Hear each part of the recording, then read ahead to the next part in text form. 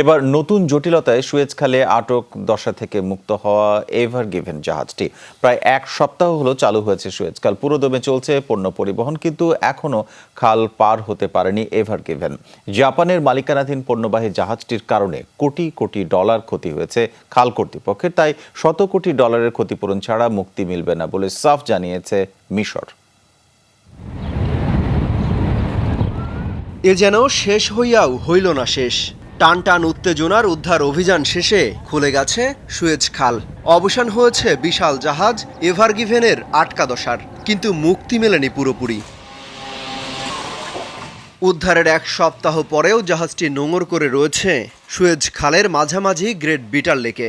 দুই পাশে 4 শতাধিক জাহাজের জ্যাম ছুটে গেছে, কিন্তু এভার গিভেন যেতে পারছে না গন্তব্যে।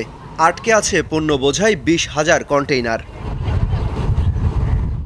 সুয়েজ খাল কর্তৃপক্ষ বলছে জাহাজটির কারণে বিপুল পরিমাণ আর্থিক ক্ষতি হয়েছে তাদের।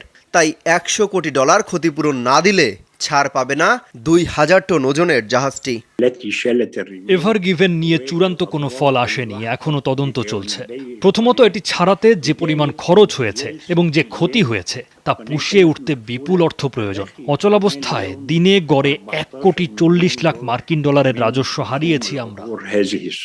ক্ষতিপূরণ দেয়া এবং এর দায় নিয়েও বিপত্তি দেখা দিয়েছে, কারণ জাহাজটির মালিক জাপানের, পরিচালনা করত তাইওয়ানের কোম্পানি। নিবন্ধন ছিল পানামার, আর নাবিকরা ছিল ভারতের। দোষ তাহলে কার? এটা নিয়ে পাল্টাপাল্টি অভিযোগ শুরু হয়েছে। শুরুতে বলা হয়েছিল খারাপ আবহাওয়া এবং ধূলিঝড়ের কারণে তীরে আটকে যায় জাহাজটি, কিন্তু এখন বলা হচ্ছে দোষ ছিল ক্রুদের। 400 মিটার লম্বা এরকম বড় জাহাজ প্রতিদিনই পার হচ্ছে, এমনকি এভার গিভেনের সামনের জাহাজও নির্বিঘ্নে পার হয়ে গেছে। তাহলে এটা আটকালো কেন? এমন প্রশ্নের মুখে জাহাজে থাকা 25 ভারতীয় ক্রু। এ নিয়ে শাস্তির আশঙ্কাও করছেন তারা। তবে যান্ত্রিক কোনো গোলযোগ ছিল কিনা তা নিয়ে চলছে তদন্ত।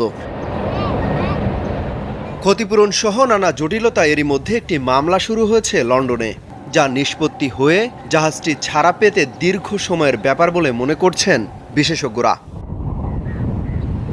1869 সালে চালু হওয়া খালটি কয়েক দফা সংস্কারের পর এর দৈর্ঘ্য দাঁড়ায় 193 কিলোমিটারে। এতে কমে গেছে প্রায় 10,000 কিলোমিটার পথ।